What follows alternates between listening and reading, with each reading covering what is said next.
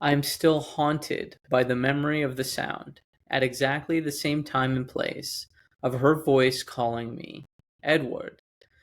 The word wafting through the dusk air at closing time of the fish garden, a small Zamalek park with aquarium, and of myself, undecided whether to answer her back or to remain in hiding for just a while longer, enjoying the pleasure of being called, being wanted, the non-Edward part of myself taking luxurious respite by not answering until the silence of my being became unendurable.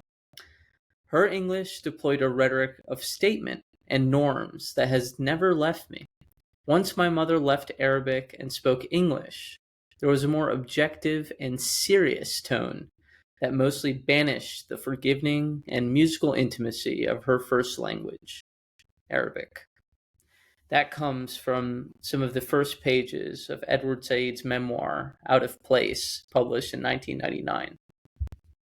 Yeah, and Hassan, I mean, we're going to be speaking about not this memoir principally in this episode of Exploring the Quran and the Bible, but the more famous work of Edward Said. I mean, maybe the most famous work in the last, I don't know, 50 years or so in Islamic studies generally, that, I don't know, was something like a traumatic event or revolution in the field, his work, Orientalism.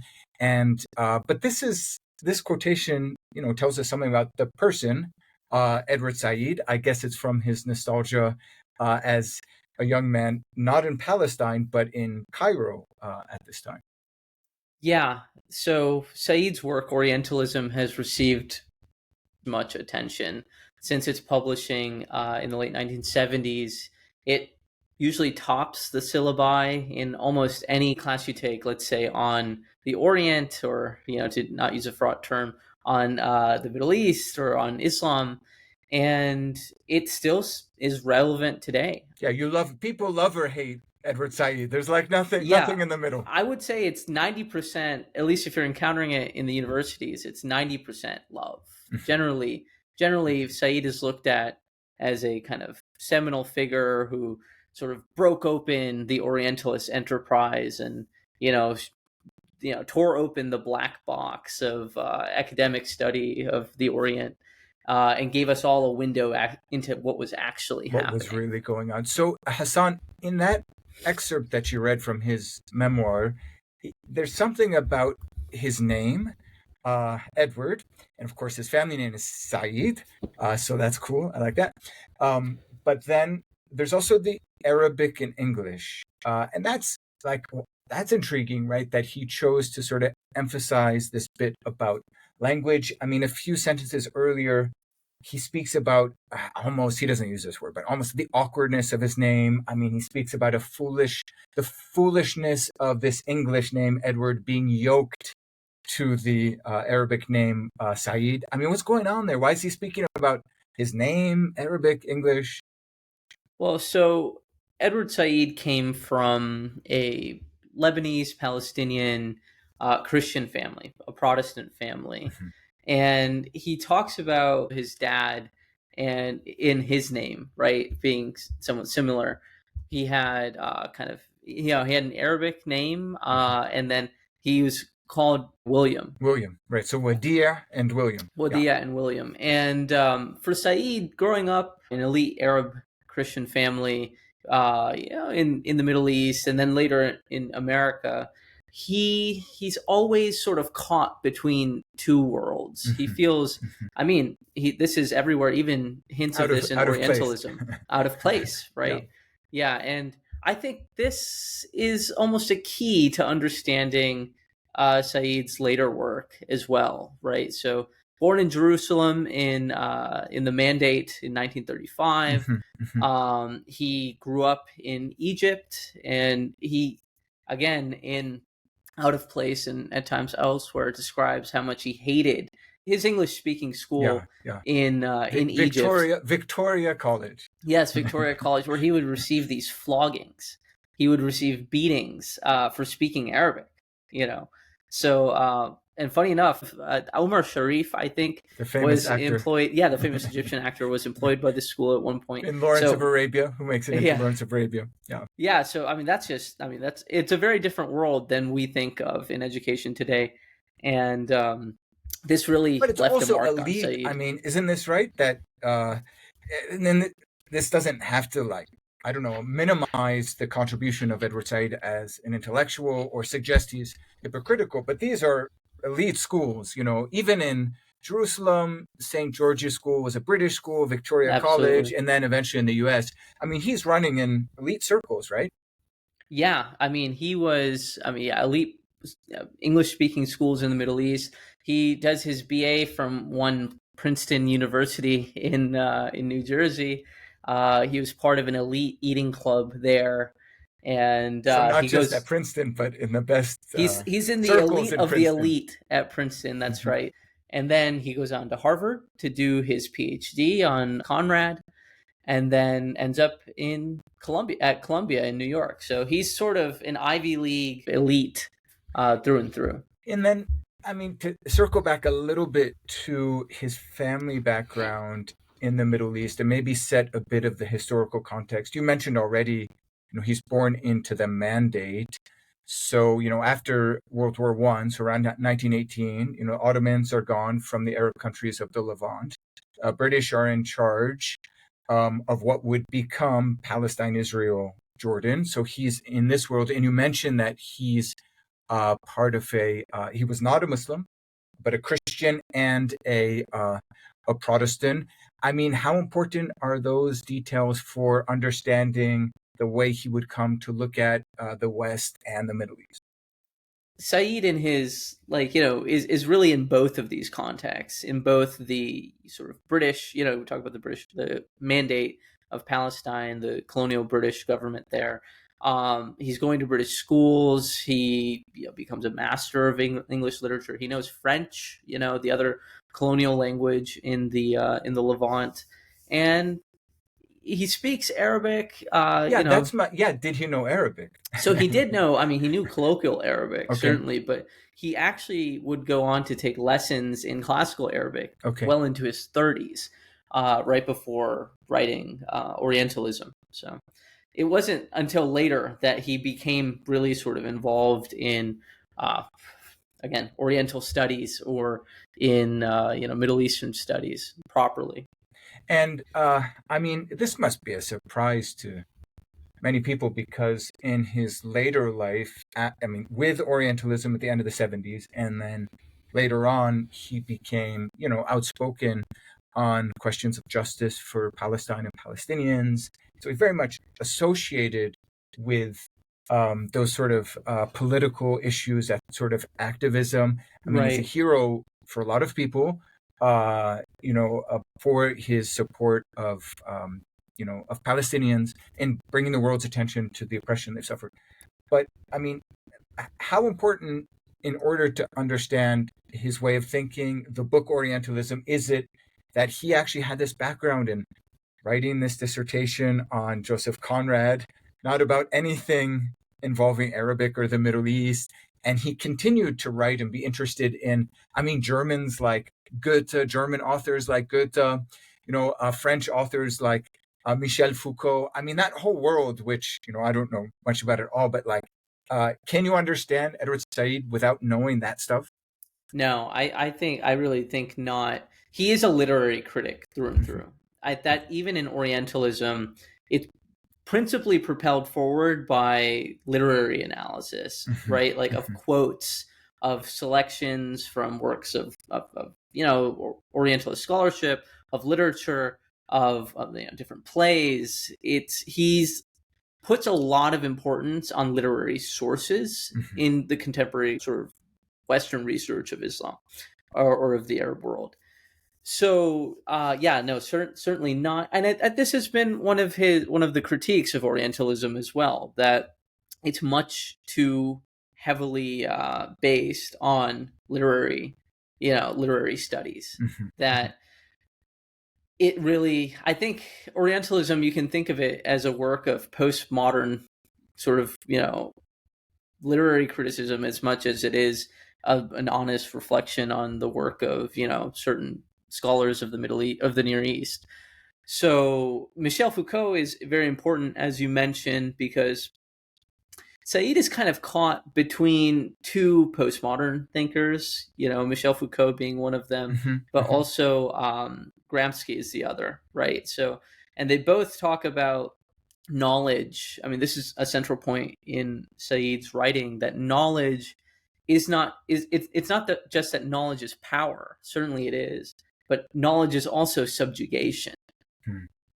So when we study, especially in the West, when you have the creation of academic disciplines in the 19th century, when the West is studying the East, the Orient, which really Said says doesn't exist, is a sort of figment of Orientalist imagination. But the West generally as one thing. Yeah, and I mean, Said does distinguish between the Far Orient and the Near Orient, and he sort of, I mean, he's principally talking about Turkey, Anatolia, Levant, Egypt, other parts of, maybe Iraq. He doesn't really discuss North Africa, but he's sort of, funny enough, is essentializing a little bit, right? At least historically.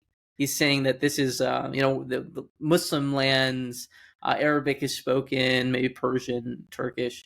He's not interested in Japan or, I mean, East India Asia. A little bit, East Asia in general. So anyway, all this to say that when Westerners are studying these peoples, these regions, their history, they're creating an image of these people, right? And defining them through scientific, sort of say, justifications, right? So they're saying this is scientific, this is objective, but what it really is a projection motivated by political biases or other sort of prejudices.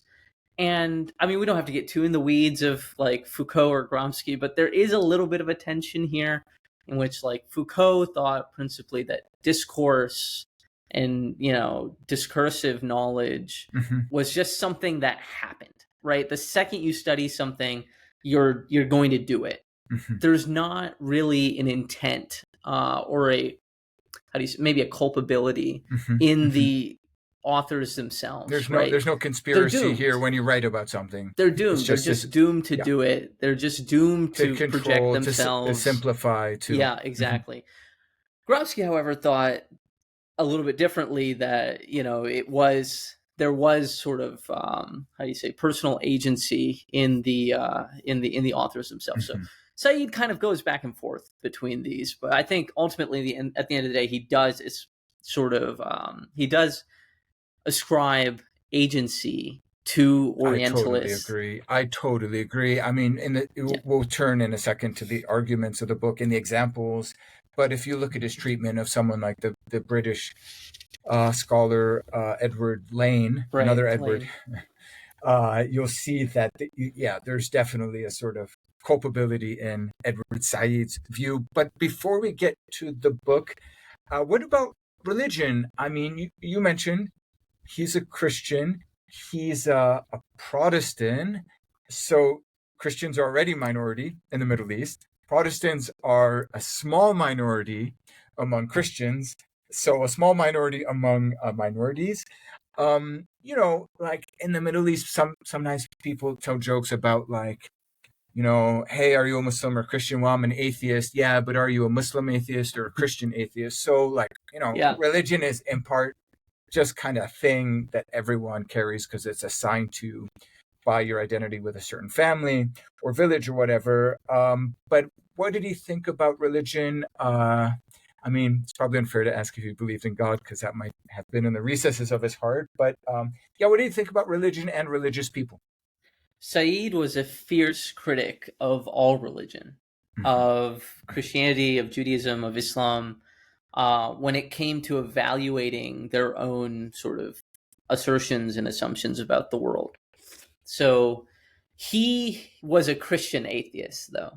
I think that this really does play out in his thought because of its literary character, right? Like he's reading Michel Foucault, he's reading Gramsci, as I mentioned. He's read the canon of sort of French and English literature of modernity. Yes. And I think that's really the foundation he's standing on, right? Ironically, the heritage of the West.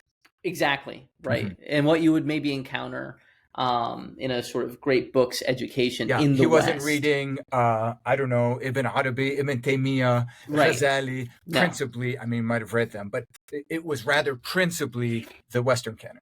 exactly. So, but yeah, Said's atheism. I mean, I don't know if it's fair to call him an atheist, but he was a critic of religion. This got him into a little bit of, I don't want to say trouble, but there have been Muslim critics of Said, principally based on this point.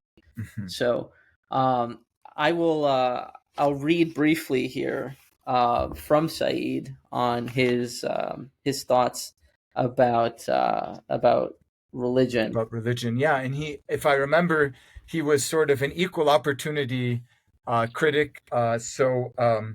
It's not like he defended Protestantism because it was more enlightened way of being religious, or he defended Islam because it is maybe the religion of the East. But he didn't like any of them, I guess. No, absolutely But not. I So think I in think you should tell us what he said himself here. Absolutely. So in After the Last Sky, Palestinian Lives, written in 1986, Said wrote the following: Lift off the veneer of religious cant, which speaks of the best and noblest in the Judaic, Christian, or Muslim tradition. In perfectly interchangeable phrases and a seething cauldron of outrageous fables is revealed something with several bestiaries, streams of blood, and innumerable corpses. Oh my gosh, yeah. So So that's he not a saw lot of that. love there for No, religion. and Like, tell us what you really think, he saw Professor that Said. in his view, religion was to blame for a lot of the discord in the Middle East. Ultimately, may have led them Yeah, to yeah. be in this I mean, sort of it's a view position. I've heard in different Arab countries as well, among the intellectual elites. I don't want to say that like he's just formed by this context only, but you hear this quite a bit in certain circles, in Middle Eastern countries, of folks frustrated by the common religious people, and if we could just shake off religion. Oftentimes it's among circles that are into different leftist ideologies, maybe totally with Marxism, or somewhere out there on the left. But we should actually discuss the book itself, Orientalism, and we'll kick it off with a quotation from Edward Said's famous book. Orientalism can be discussed and analyzed as a corporate institution for dealing with the Orient, dealing with it by making statements about it, authorizing views on it, describing it by teaching it, settling it, ruling over it. In short, Orientalism as a Western style for dominating, restructuring, and having authority over the Orient is what Said writes on page 2 of Orientalism. Yeah, so Hassan, I mean, key words there, important words. I mean, not just is Orientalism about describing teaching, but also about settling, ruling, dominating, restructuring, and having authority. I mean, that's the heart of the argument, right? That for Said, the project, I don't know if that's the right word, you could maybe offer another, of Orientalism is not just about description and teaching, spreading knowledge, pushing back the frontiers of ignorance, but it's about domination. Yeah, and I think for Said, it's almost more fundamental even. By studying something, you are dominating it as an outsider, right? So as a Westerner studying the East, let's say, or the Near East, through their literary sources, let's say the classical, literary tradition, what you're doing is you're taking a set of images, a set of, I don't know, historical circumstances, attitudes, and you're combining them with the image of that place as it exists here and now, right? So an example could be if we were to study, I don't know, the so-called Dark Ages of Europe, right? That category has been disputed in modern scholarship, but let's run with it. Like the Dark Ages, and you read all these sources about how kind of bleak life was. Watch Monty Python and the Holy Grail. Yeah, watch Monty Python and the Holy Grail. Worth watching. It's quite funny. And then that's your image of this area, right? And then guess what? When let's say you have the upper hand politically vis-a-vis these peoples, this is now the image that you are imposing on them, of them, right? So Orientalism is principally making the argument that there is no neutral ground. There's no neutral ground for studying something. So what he's saying, Hassan, I mean, at the heart of his book, that you can't really divide like the good guys and the bad guys among the Orientalists. You can't say like, oh, I don't know, this British Christian author who really attacks the Prophet Muhammad for ABC and paints a caricature of Muhammad as this or that, he's bad. But like, I don't know, the anthropologist who went and lived in Palestine or Egypt or whatever, and spoke about like how lovely the customs is when they sit around and drink coffee, or that bathhouses, he's good. Like, it sounds like Edward Said is saying, no, they're both bad. Right, exactly. So Said goes on to say, in a quite constant way, Orientalism depends for its strategy on this flexible positional superiority, which puts the Westerner in a whole series of possible relationships with the Orient without ever losing him the relative upper hand. So if you are, let's say, a traveler to Egypt, and you're writing about Egyptian life in the 19th century, maybe someone would do that, and maybe it's quite friendly. You are still imposing your categories, your aesthetic tastes, your moral opinions and judgments onto the people that you are writing about. Yeah, so we'll give some specific examples. I just thought of Mark Twain, because you mentioned a traveler. I don't think he made it all the way to Egypt, but in his book Innocents Abroad, he goes to what is now Lebanon, Syria, Palestine. And I mean, yeah, he even though he makes a lot of jokes and it's a funny book and all of that, even someone like Mark Twain, who's not, maybe interested in making serious arguments about these places, he could be part of that project. But I think for Edward Said, the more nefarious element of Orientalism is that there's a real connection between colonialism and the Orientalist scholarship. So especially the Brits and the French, right? So in a way, I mean, would he say it like the Orientalist scholarship legitimized the presence of the French and the British in the Middle East? Yeah, I mean, especially if you look at something like the Balfour Declaration, you could see that, right? Like a justification for being in Egypt. But even apart from that, right? If you just look at what knowledge allows colonial powers to do, right? Like knowledge allows you to, I don't know, govern, right? It allows you to govern these places in a very practical way. Yeah, in a very practical way. It enables, colonial governments and administrators. So, I mean, Said would say that even if scholars, I mean, for example, the Germans didn't hold any colonies in, the Middle East, Palestine, Egypt, India, right, themselves, their scholarship enabled colonial administrators to sort of pretend like they understood these areas or even understand them and in order to subjugate them. Should I, Hassan, maybe read a bit here, which I think explains how he sees the connection between scholarship and politics. He writes, this is pages 26 to 27, 3 things have contributed to making even the simplest perception of the Arabs in Islam into a highly politicized, almost raucous matter. 1, the history of popular anti-Arab and anti-Islamic prejudice in the West, which is immediately reflected in the history of Orientalism. 2, the struggle between the Arabs and Israeli Zionism and its effect upon American Jews as well as upon both the liberal culture and the population at large. 3, the almost total opposite, the almost total absence of any cultural position, making it possible either to identify with or dispassionately discuss the Arabs or Islam. I mean, he brings up there, Hassan, the question of Israeli Zionism as well. So, I mean, I guess he would say there are real consequences for the way Orientalist scholarship is linked to politics.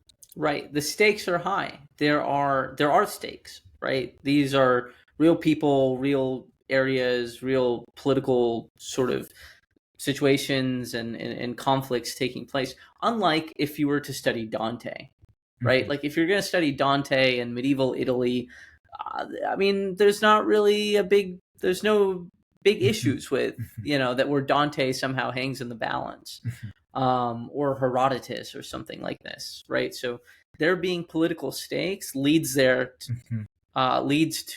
political allegiances, political biases, or ulterior motives in scholarship. So we'll get to how other people have responded to Edward Said's famous book, Orientalism. But Hassan, isn't there a simplification here by saying the very enterprise itself of anyone in the West studying anything about the East is all part of the same phenomenon?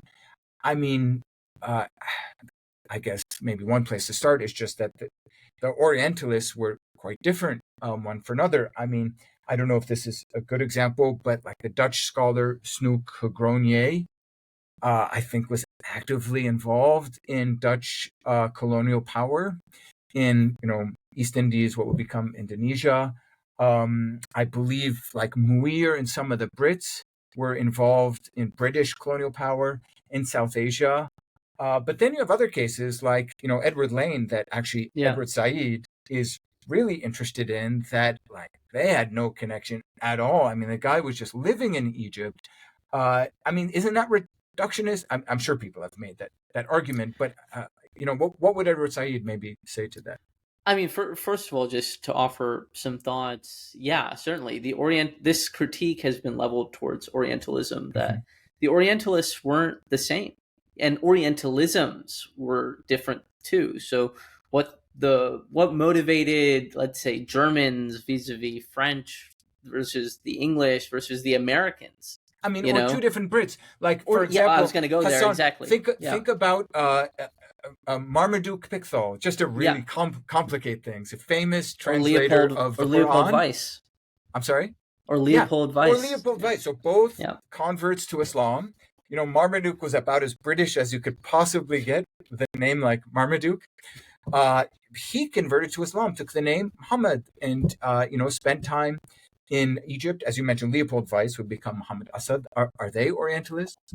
Well, that's a really good question too, because if you look at Muhammad Assad, especially in his translation of the Quran and the commentary that he offers, I mean, there are some really stark differences with the sort of traditional Muslim approach to the Quran, with miracles. And there is a sort of, you can see a Western kind of tinge to his work. So I mean, miracles meaning the way he would demystify miracles and sometimes just deny them. Exactly, right.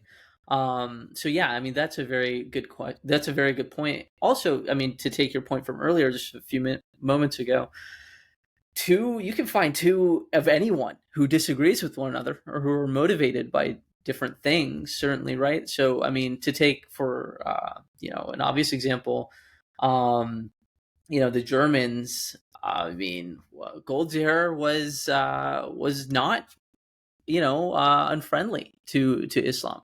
I think right? he taught. He was Hungarian, but wrote in German. And I think he actually taught at the University of Cairo for some time. And as a Jew, also, is remembered for having a special kind of solidarity with Islam, for different reasons.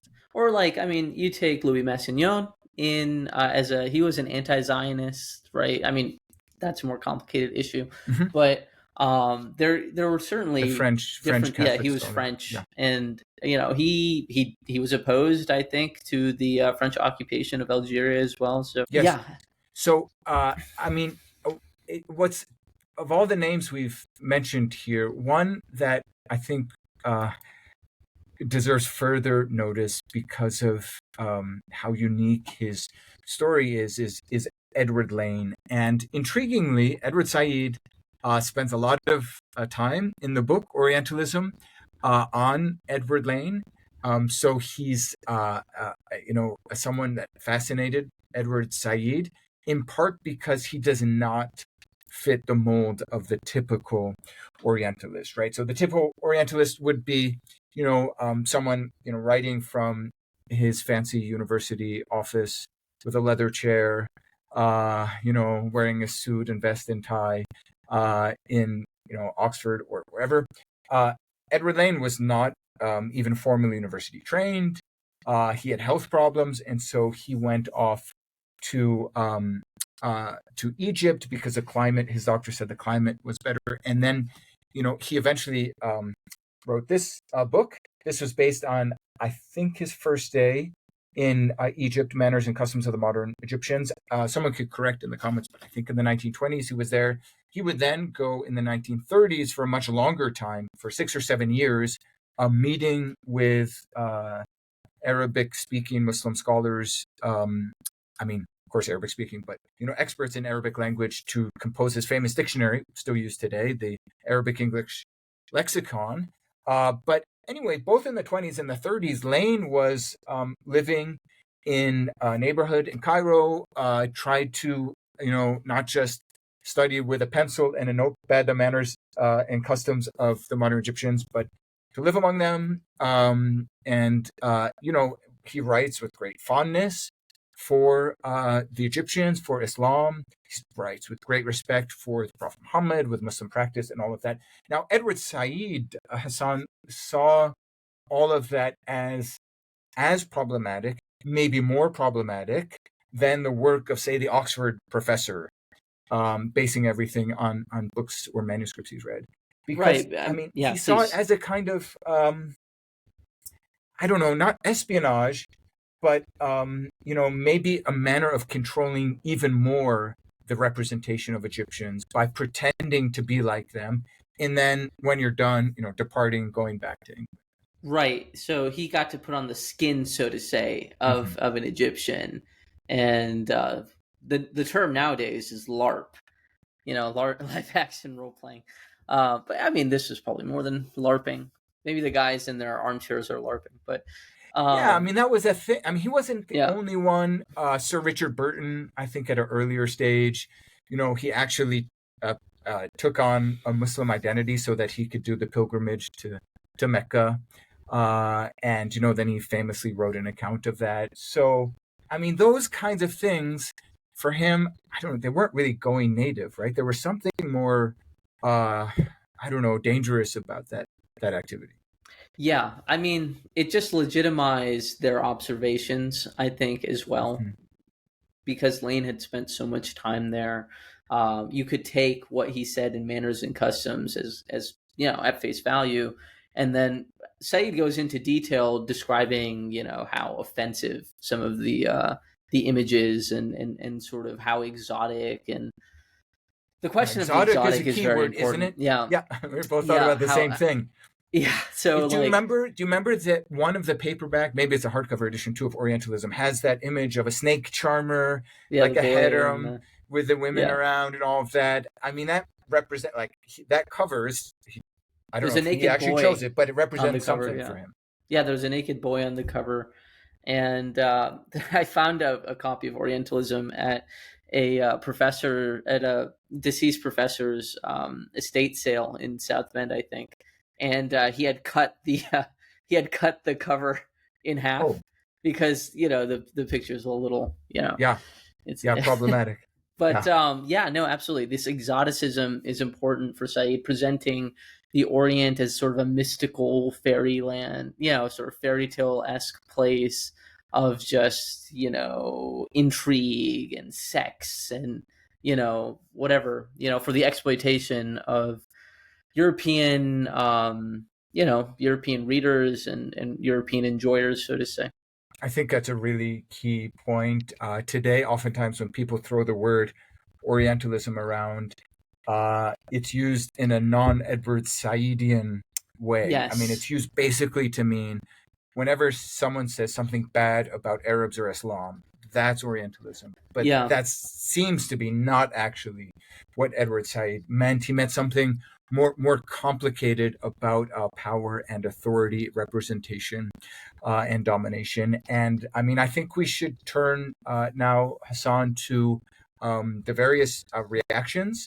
Some people just, as you said, maybe in academic circles, 90% of people love this book because of the way it, sparked a revolution, so that people now think twice before they represent things in the Well, East. But there's also been fierce critics.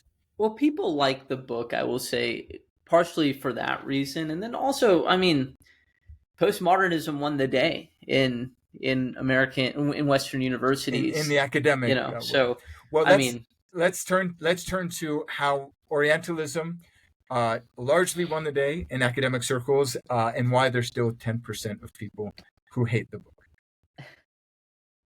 25 years after its publication, Orientalism once again raises the question of whether modern imperialism ever ended, or whether it has continued in the Orient since Napoleon's entry into Egypt 2 centuries ago. Arabs and Muslims have been told that victimology and dwelling on the depredations of empire is only a way of evading responsibility in the present.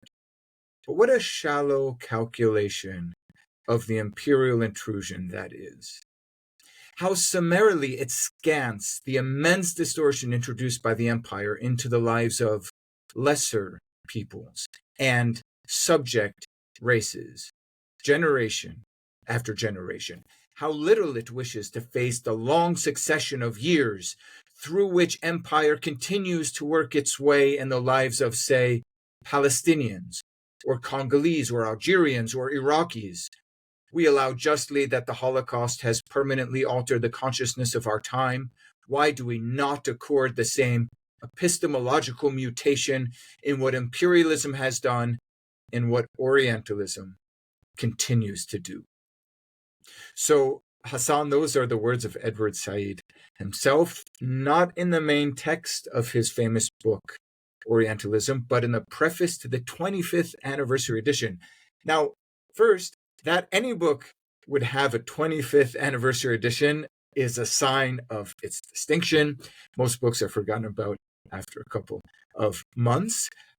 But the key point, I think, there, Hassan, is that he's arguing that the issues raised by Orientalism, they still matter.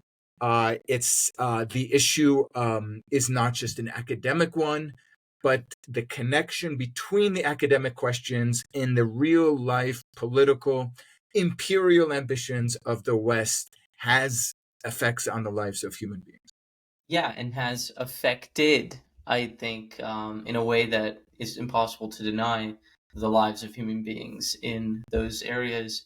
I think it's important here to go to two types of Orientalism that Said talks about, Mm-hmm. which is latent Orientalism, that of the scholarly sort of, ivory towers and, the Orientalists, so to say, that are Mm-hmm. in universities, and then manifest Orientalism, which is the colonial administration, which is the the actual execution of power in Oriental lands.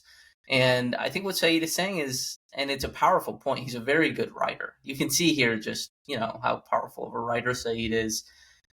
That since we accord such such weight to one event that happened, let's say in the mid 20th century, the Holocaust, or a series of events, of course, Mm-hmm. tragically, we should accord, at least a similar consciousness to, a series of tragic events, Generations after generations. exactly, in the Middle East as well. And I mean, he goes on to speak. And I mean, if we turn, Hassan, to responses to Orientalism, I mean, this is Edward Said speaking about his own book and Right. what I read, but that this 25th anniversary edition was made at all, that already indicates, the importance of the book.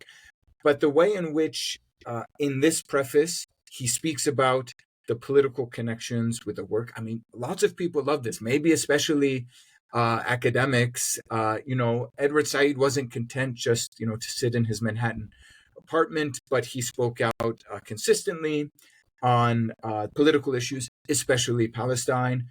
And, for this reason, and many people see this book as, a revolution, a watershed, and something to be celebrated, not condemned.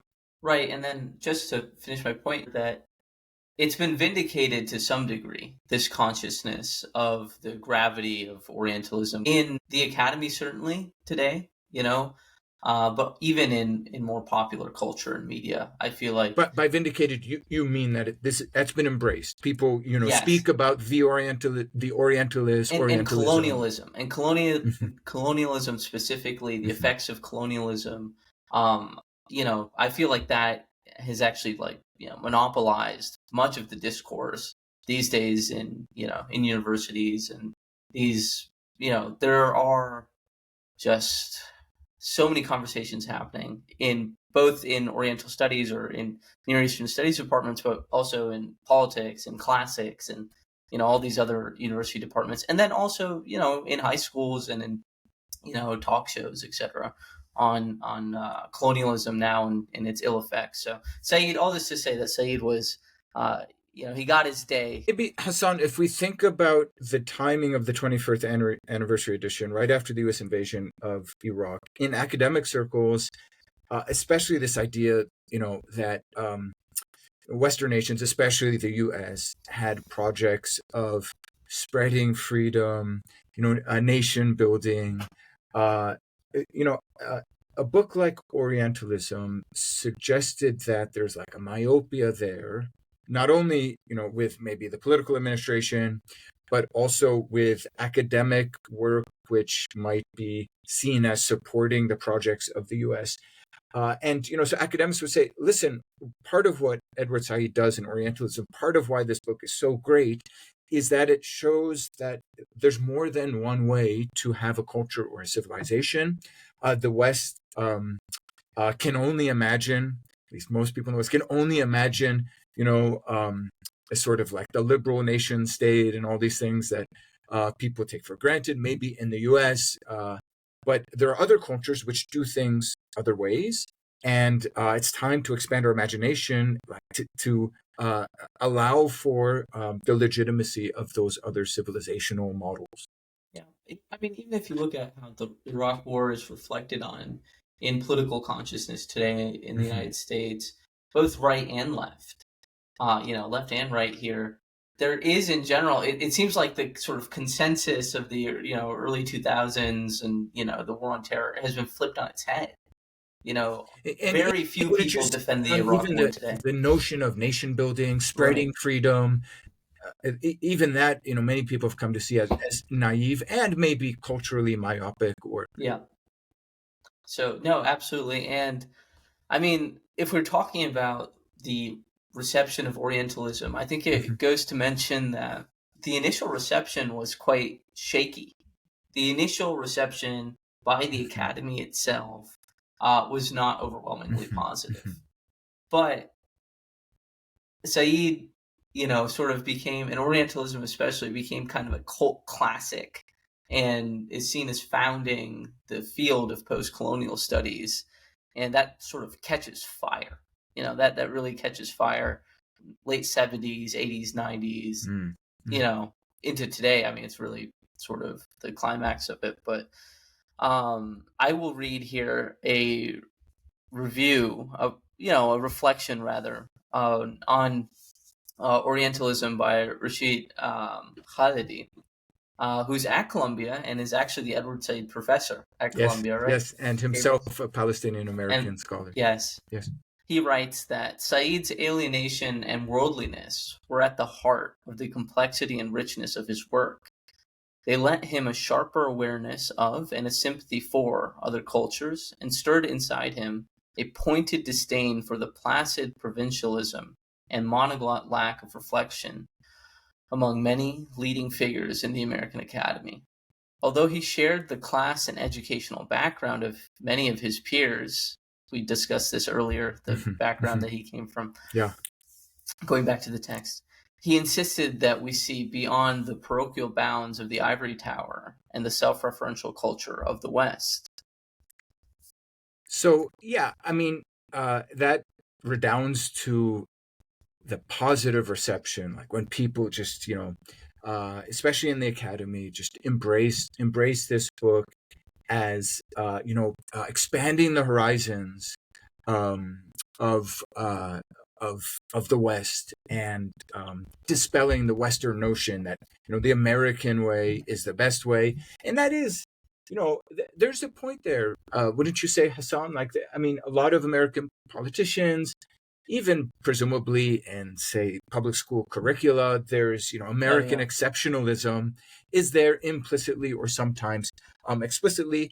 But another reason why Rashid Khalidi, especially, but also many others, loved Edward Said and Orientalism in particular, is because I think as the reception to Orientalism sort of developed, it became more and more focused on the question of Palestine. And I don't think we're going to talk about the politics of Palestine, but I mean, would you say that's right? That as time went by, Edward Said, at least in public consciousness, was really closely linked with the Palestinian cause, and maybe anti-Zionism generally, even though, as we discussed, his own personal life, he spent most of his life in the U.S. and before that Egypt, but he became more and more linked, would you say, with the Palestinian cause? Yeah, and the Palestinian cause also became, a greater pan-Arab cause as well, so that has something to do with it. But Said, I don't think would have written Orientalism had he not been, Palestinian or come from the background that he did. And it's really, I think, his own situatedness, his own context, culturally, politically, that motivated his studying of the book. We mentioned that, Said sought lessons in classical Arabic into his 30s before writing the book, So this was not his field, so to say, right? He's crossing the boundary into another field. I'll go on with Rashid Khalidi, who makes a good point on this.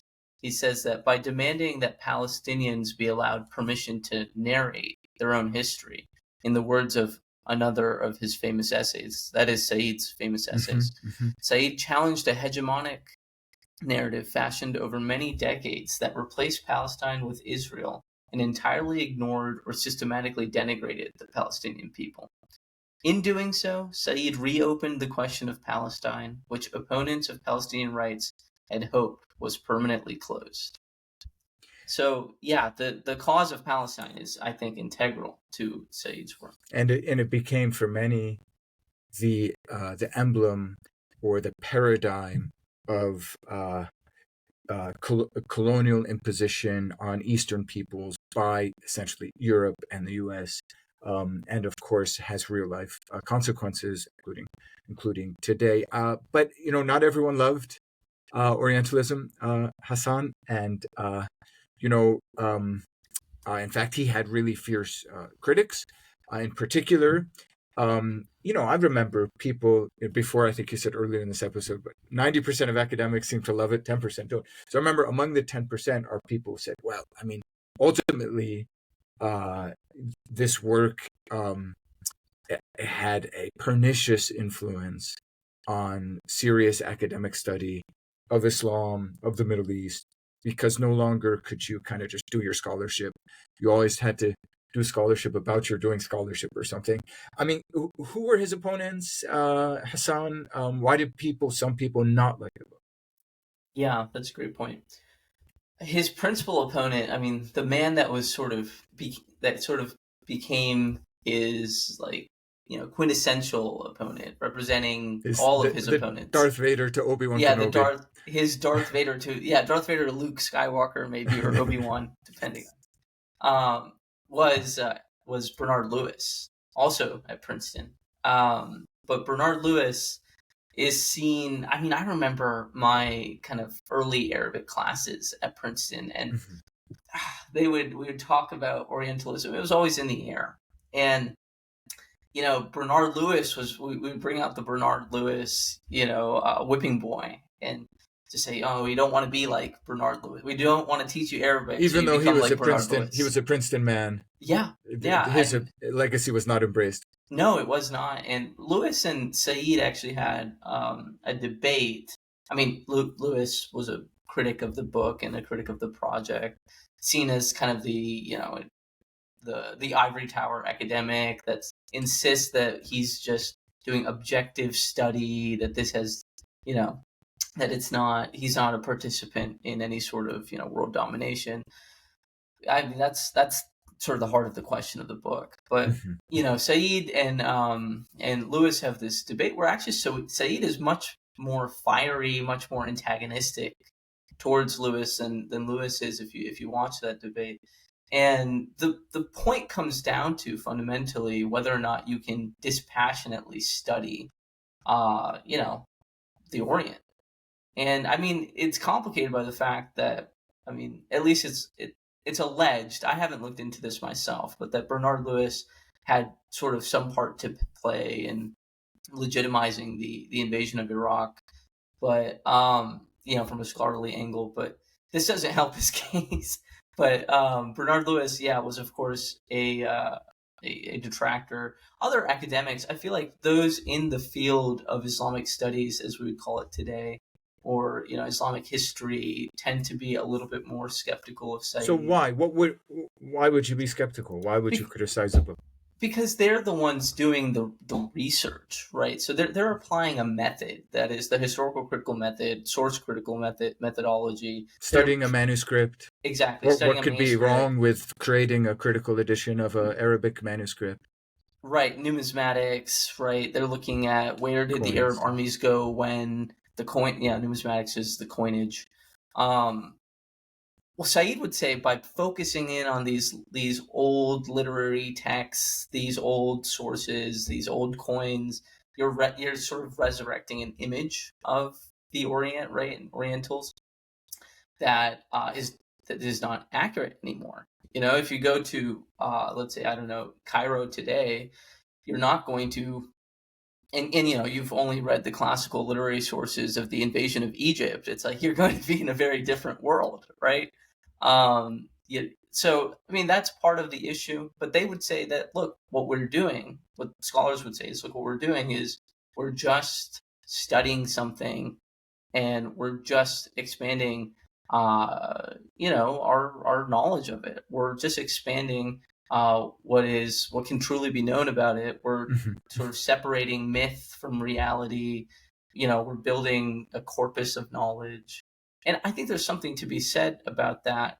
And I mean, the method that Said critiques has its ultimate origins. And Said talks about this too in Orientalism, in biblical studies, in the study of like ancient Babylon and in Assyria, or like Homeric studies, right? So like we're studying classics. Babylon and Akkadian cuneiform tablets or whatever with the same method that we're studying maybe biblical stuff, Islamic stuff. Right. Yeah, and then now it comes to Islamic stuff, and then, well, there's this entire undercurrent of, this millennia-long interaction and all these current political disputes that I think muddy the water, as Said would say. But anyway, I'm becoming long-winded now. But well, Hassan, would there be any critics who would say, indirectly, at least, Said's book Orientalism enabled a sort of dominance of Muslim fundamentalists of the narrative of Islam in the Middle East? Bernard Lewis says almost exactly that, almost verbatim that that Islamic fundamentalism, or that sort of the traditional attitude towards these literary texts, or Islam in general, that scholarship just can't just accept that, right? Like we have to be critical. We have to evaluate the tradition and the history using secular methodology. Robert Irwin, who's a historian, wrote a response to Said called "The Lust for Knowing." The Orientalists and their enemies, and in his book, he really tries to take Said to task for what he calls a number of factual errors and misconceptions that Said makes in Orientalism. But he also mentions that there are a number of Muslim authors who also didn't, or we could call Oriental authors that did not like Orientalism or Said's project.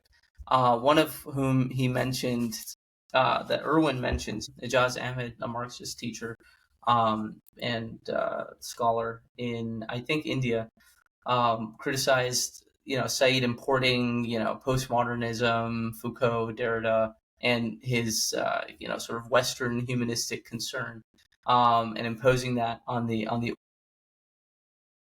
That's rather ironic. I mean, I don't know if you agree with what Hijaz Ahmed says, but yeah yeah, I mean, that sounds almost Orientalist, imposing yeah a right. Western thing on the East. Exactly, and others say that Said's critique comes from the same milieu that produced imperialism and racism and Orientalism, right? And I mean, they also, I mean, his remarks on Islam are not perceived positively in many cases.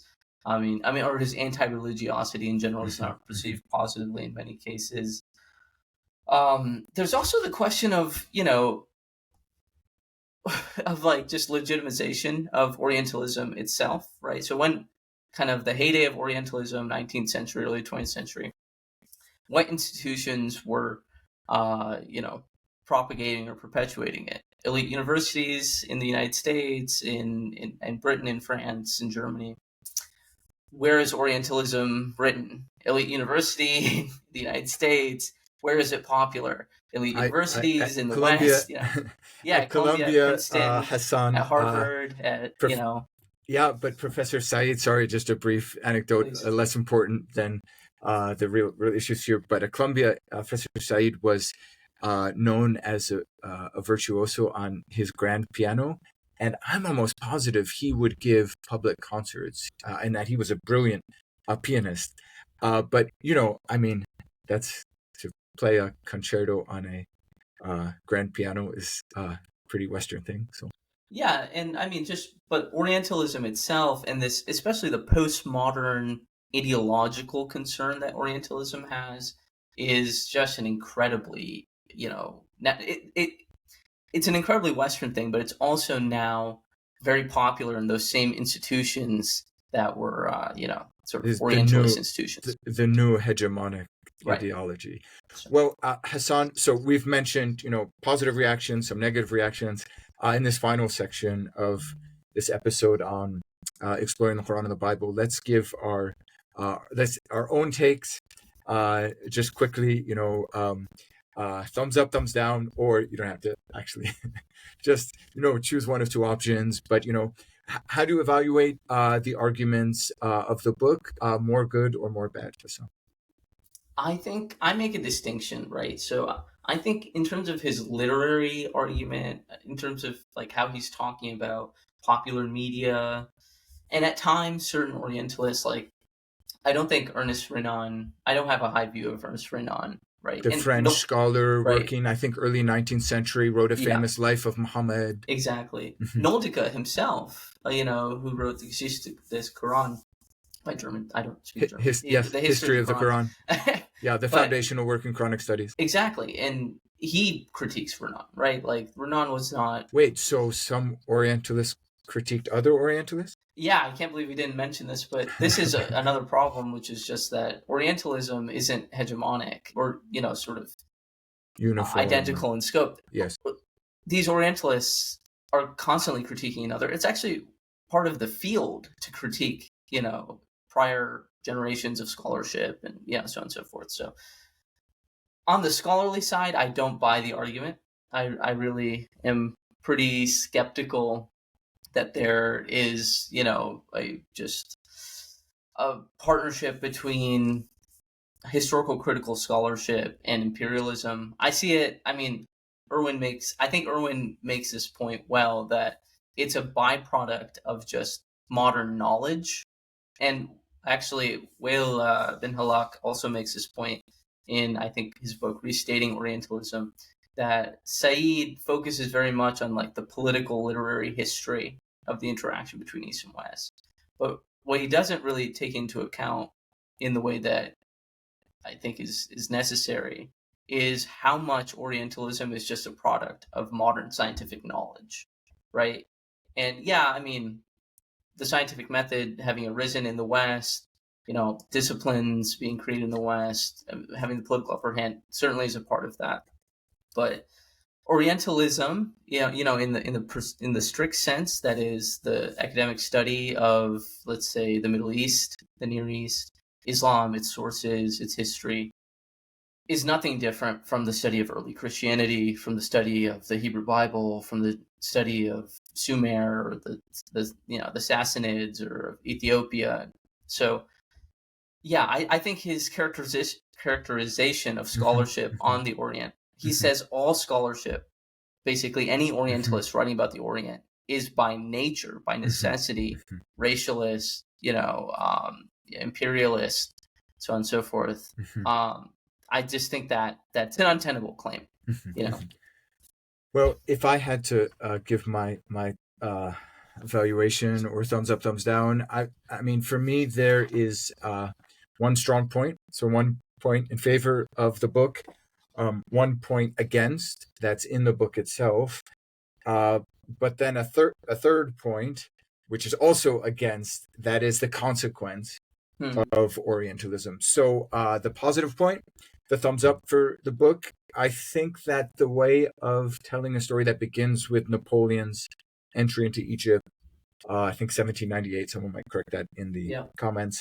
I think that's coherent and actually really intriguing. It's a way of telling a story that like has a lot of explanatory power. I mean, in part because of what's going on in Europe at the time. Obviously, Napoleon, comes at the heels, or is only able to rise to power because of the French Revolution, which involved, among other things, both the deconstruction and in some cases a persecution of religion in France, and then also the elevation in its place, of new Enlightenment ideals, about freedom, equality, reason, rationality, and Napoleon himself eventually will be celebrated as the great man who embodied personally all of those positive qualities.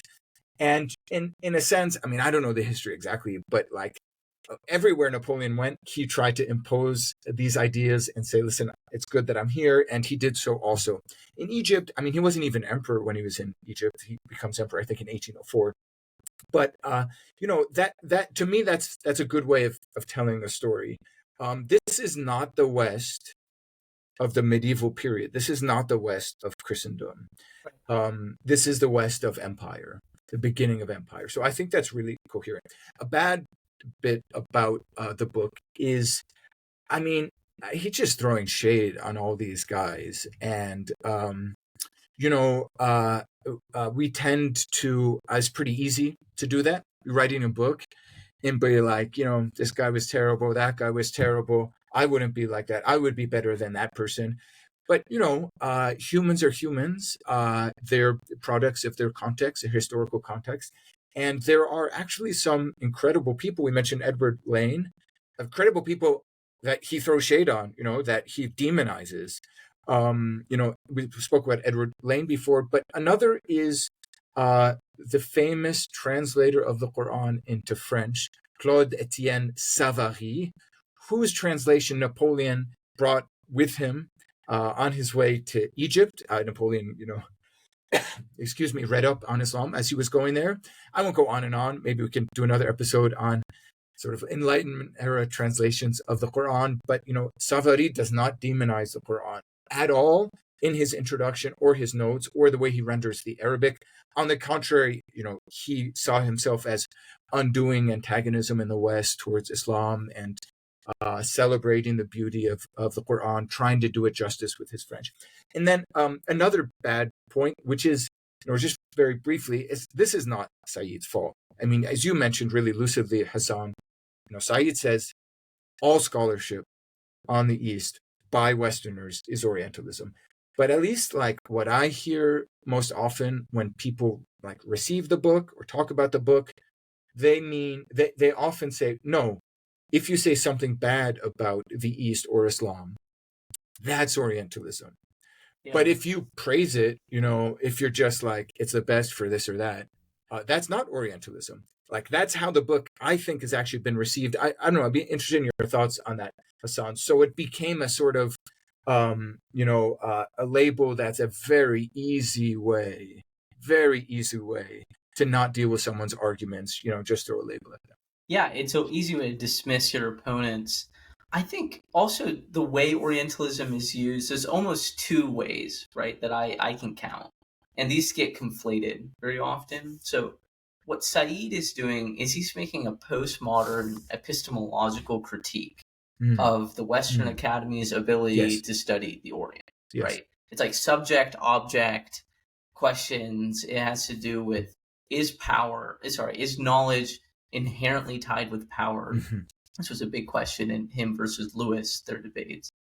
And it might be fair enough, but that's one thing, right? So that's Orientalism A. Orientalism B, which often gets discussed as well, is like any non-traditional engagement with Islam, with its sources, with the Hadith, like Joseph Schach's work on Hadith, or Noldika's work on the Qur'an, or Hagerism, right? Or people writing in the academy today who don't have a positive as in historically useful evaluation of the Islamic literary sources, right? Or don't explain the advent of of Islam as a miracle, right? Or a direct intervention by the deity. So that's also called Orientalism, right? And then when Muslim authors, and especially in the East, are writing about Orientalism, I feel like it's this rock, right? Yeah. Exactly, right, and that's what they have in mind. It's tied into Christian missions in the Middle East, so on and so forth. It's a whole other thing. Yeah, these are two different things, right? Yeah. So they want. I mean, like some Muslim authors, Eastern authors, see no problem with being associated with Muslims as they're described in the early literary sources of the 8th and 9th centuries, right? The Salaf, right? They want to be like the Salaf. Yeah, yeah, exactly. Yeah. Or they have a desire for a sort of antiquarianism, right? In certain groups in these places do. That's a great point. So yeah, these are two different. And then in the Western Academy, I feel like in like the undergraduate seminars or maybe even graduate seminars where Orientalism comes up, you read it for a week, there's excerpts, and people are just trying to sound good in the precept, sound smart in the precept. It's like there's no distinction between these things, and it's an easy way to just say like, oh, Western person studying the Orient. Yeah, I don't need to read this book. Yeah. I don't need to. No, people refuse to use Hans Wehr, like the dictionary, because it's a work of Orientalism, or because of like Hans Wehr's own situation. Maybe Edward Lane's dictionary as well. Yeah, right. Or and actually, and one more thing that comes to mind is Said's argument that the Orient is a construct, an image of Western insecurities and fears. I mean, he talks about it's really. I should say it's really worth reading the book. It's a complex book. It's difficult at times, but it's really we've only skimmed the surface here.